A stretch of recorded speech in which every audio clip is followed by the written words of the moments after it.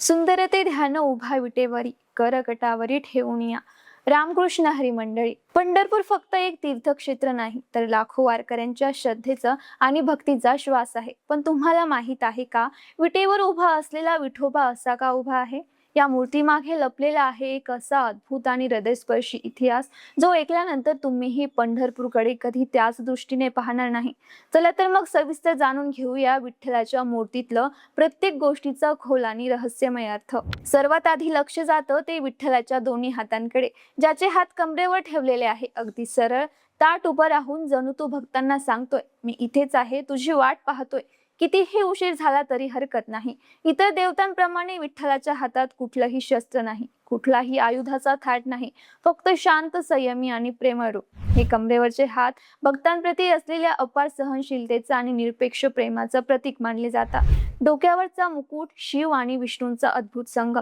हा साधा सुद्धा मुकुट नसून याला कटीदार शिवलिंगाकृती मुकुट असे म्हणतात. या मुकुटाचा आकार अगदी शिवलिंगासारखा आहे. यावरूनच अनेक इतिहासकार आणि अभ्यासकांचं मत आहे की विठ्ठल हे केवळ विष्णूचं रूप नसून शिवाचंही एक रूप असू शकतं.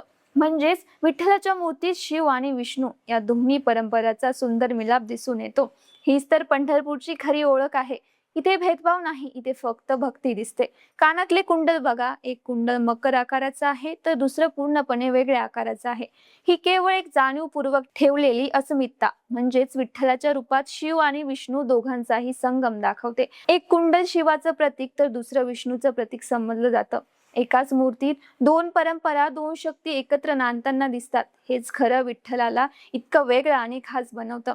आणि सगळ्यात महत्वाचं म्हणजे तो उभा आहे एका विटेवर. या विटेमागची कथा खरंच काळजाला भिडणारी आहे. पुंडलिक नावाचा एक अत्यंत मातृपितृ भक्त होता, जो आपल्या आई वडिलांची अगदी मनोभावे सेवा करत असे. एके दिवशी साक्षात भगवान विठ्ठल त्याच्या घरी आले. पण पुंडलिक त्यावेळी आपल्या वृद्ध आई वडिलांची सेवा करण्यात मग्न होता. देव आले आहे हे कळल्यावरही त्याने आपली सेवा अर्धवट सोडली नाही. त्याने फक्त एक वीट भगवंताकडे फेकली आणि म्हटला, देवा थोडं थांब, तुझ्यासाठी वेळ नाहीये, आधी माझं कर्तव्य पूर्ण होऊ दे. आणि आश्चर्य म्हणजे भगवान विठ्ठल रागवले नाही, उलट त्या विटेवर तसेच उभे राहिले, युगानयुगे कमरेवर हात ठेवून भक्ताची वाट पाहत. ही कथा आपल्याला काय शिकवते तर खरी भक्ती कर्मात आहे, फक्त पूजा अर्चनेत नाही. आई वडिलांची सेवा हीच खरी ईश्वर सेवा आहे. आणि देव सुद्धा अशा निस्वार्थ भक्ती पुढे नतमस्तक होतो, वाट पाहायला सुद्धा तयार असतो. अनेक अभ्यासकांच्या मते विठ्ठलाच्या मूर्तीचा एक हात थोडा खाली, जणू आशीर्वाद देण्याच्या मुद्रेत आहे, तर दुसरा हात कमरेवर स्थिर आहे. ही मुद्रा भक्त आणि भगवंत यांच्यातील अतूट नात्याचं प्रतीक मानली जाते. एका बाजूला आशीर्वादाचा वर्षाव तर दुसऱ्या बाजूला अनंत संयम आणि प्रतीक्षा. विठ्ठलाचं रूप साधेपणातील दिव्यत्व दाखवते. विठ्ठलाची मूर्ती इतर देवतांप्रमाणे अनेक अलंकारांनी मढलेली नाही. ती अत्यंत साधी, सरळ आणि तरीही तेजस्वी आहे. हेच तर विठ्ठलाचं खरं सौंदर्य आहे. देव असूनही तो सामान्य भक्तासारखा, आपल्यासारखाच एक वाटतो. म्हणूनच वारकरी त्याला विठुराया, पांडुरंग, माऊली अशा प्रेमळ नावांनी हाक मारतात. पंढरपूरची वारी याच भक्तीचा जिवंत प्रवाह. आजही लाखो वारकरी दरवर्षी पंढरपूरच्या वारीत सहभागी होता.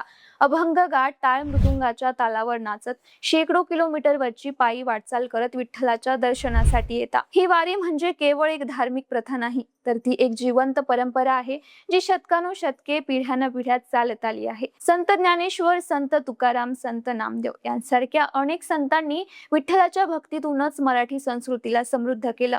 आणि म्हणूनच विठ्ठल फक्त एक मूर्ती नाही, तो आहे भक्ती, प्रेम, संयम आणि त्यागाचा मूर्तिमंत रूप. त्याच्या प्रत्येक अंगावर, प्रत्येक अलंकारावर एक कथा कोरलेली आहे. पुढच्या वेळी जेव्हा तुम्ही पंढरपूरला जाल तेव्हा फक्त दर्शन घेऊ नका, तर त्या विटेवर उभ्या असलेल्या भगवंताच्या मागची ही संपूर्ण गाथा आठवा आणि मगच बघा, सावळा विठ्ठल तुम्हाला वेगळाच भासेल.